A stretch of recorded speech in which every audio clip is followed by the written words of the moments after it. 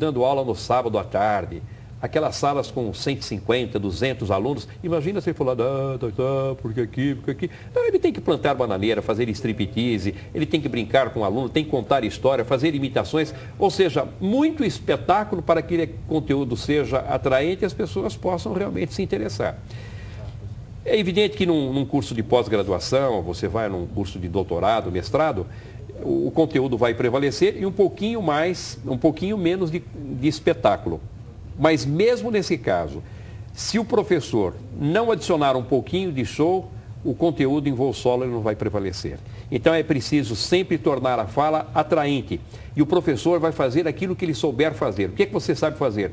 Contar histórias? Conte histórias. Sabe fazer imitações? Faça imitações. Você sabe cantar? Comece a cantar em sala de aula. Enfim, faça o que for necessário para que a sua matéria seja atraente. Aliás, então, eu até vou complementar essa pergunta do doutor Leopoldo para dizer o seguinte, nós falamos de professor e aluno.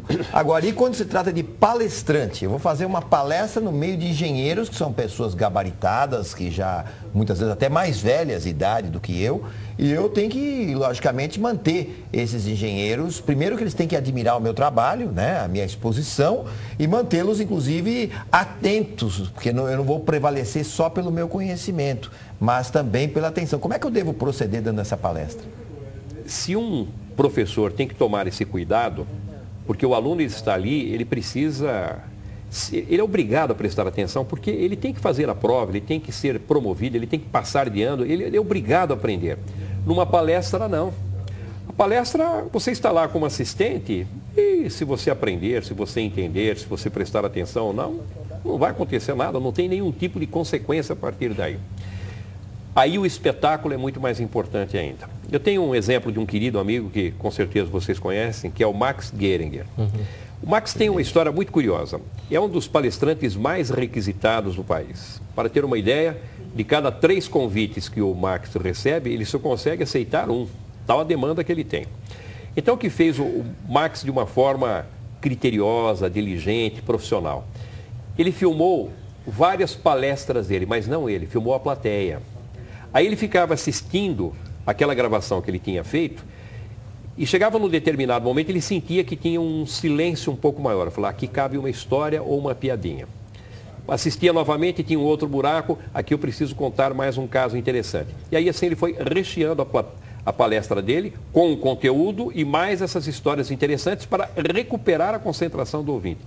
Se nós assistirmos a uma palestra do Max fora da sala, ele está dentro da sala fazendo a palestra, você fica fora, a plateia não fica 2 minutos sem rir na palestra dele.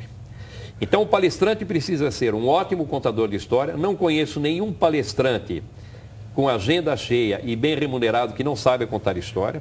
Ele precisa ser bem-humorado, porque humor inteligente, humor agradável, humor que consegue tocar a emoção do ouvinte, isso é fundamental para que as pessoas tenham essa interação com o palestrante. E evidentemente que, além da expressão corporal, da voz que ele precisa ter, precisa saber se movimentar no palco. Por exemplo, eu estou fazendo uma apresentação aqui e sinto que a plateia começa a perder um pouco o interesse. Eu saio de onde eu estou e vou para um outro local.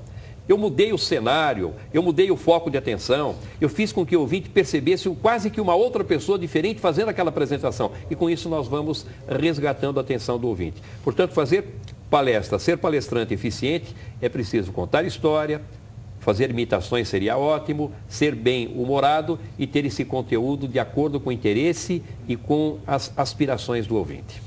Olha, posso voltar aqui na pauta, aqui, mas eu acho tão interessante essa colocação, doutor, porque se vê muito em filmes por aí, tá? Essa imagem do advogado. Posso fazer um enunciado aqui pequenininho?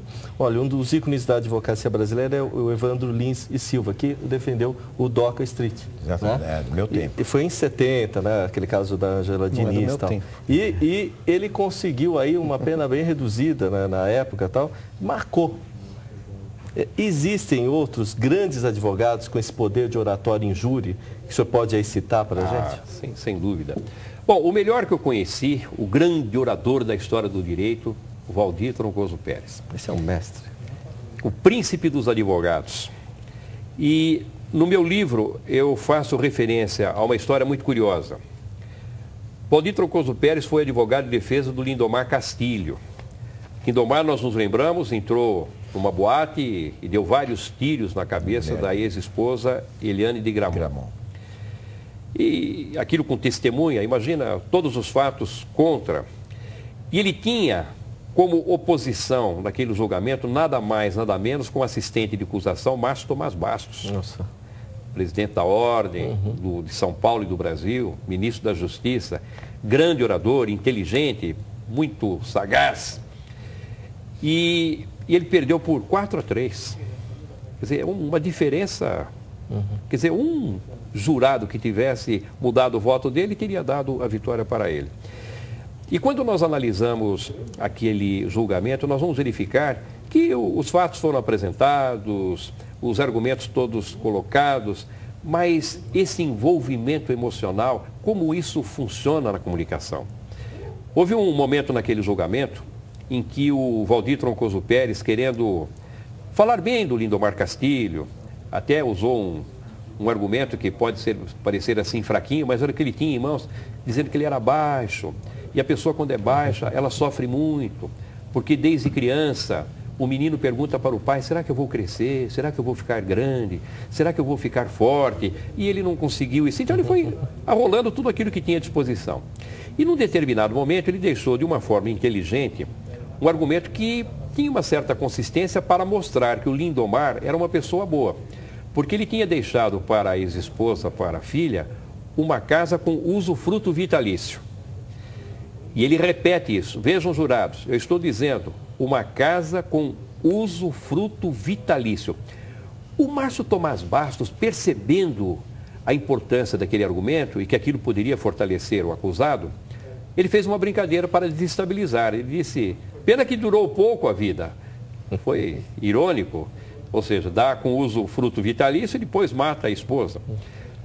O Troncoso, percebendo que aquele momento poderia ser delicado, porque o uso da ironia pode desestabilizar e quebrar a força do argumento, ele disse o seguinte: e Vossa Excelência acha que ele deu a casa na pressuposição de que iria matar a esposa logo a seguir? Durou pouco a seriedade do debate entre eles. E aí o Márcio, mais uma vez irônico, disse: 1 ano, quer dizer, 1 ano a vida dela. Então, aquele jogo de palavras, aí o Troncoso, percebendo que era o momento mesmo de colocar o morro na mesa, disse: Vossa Excelência, presidente da Ordem dos Advogados, advogado de grande talento, não fica bem para Vossa Excelência um argumento fraco como esse. Aí a plateia aplaudiu e dizem aqueles que estavam do lado que o juiz, tentando acalmar e colocar silêncio e ameaçando que iria evacuar o recinto, mas no fundo ele estava sorrindo porque estava diante ali de 2 grandes gigantes da comunicação na hora em que estavam participando daquele debate. Olha esse tom, né? Valdir Troncoso Pérez, esse é um mestre, né? E o Márcio, né, da OAB. Bom, eu vou aproveitar e perguntar, então, nós temos 2 minutinhos para esse bloco, né? Mas perguntar para o doutor Reinaldo Polito o seguinte: que grandes oradores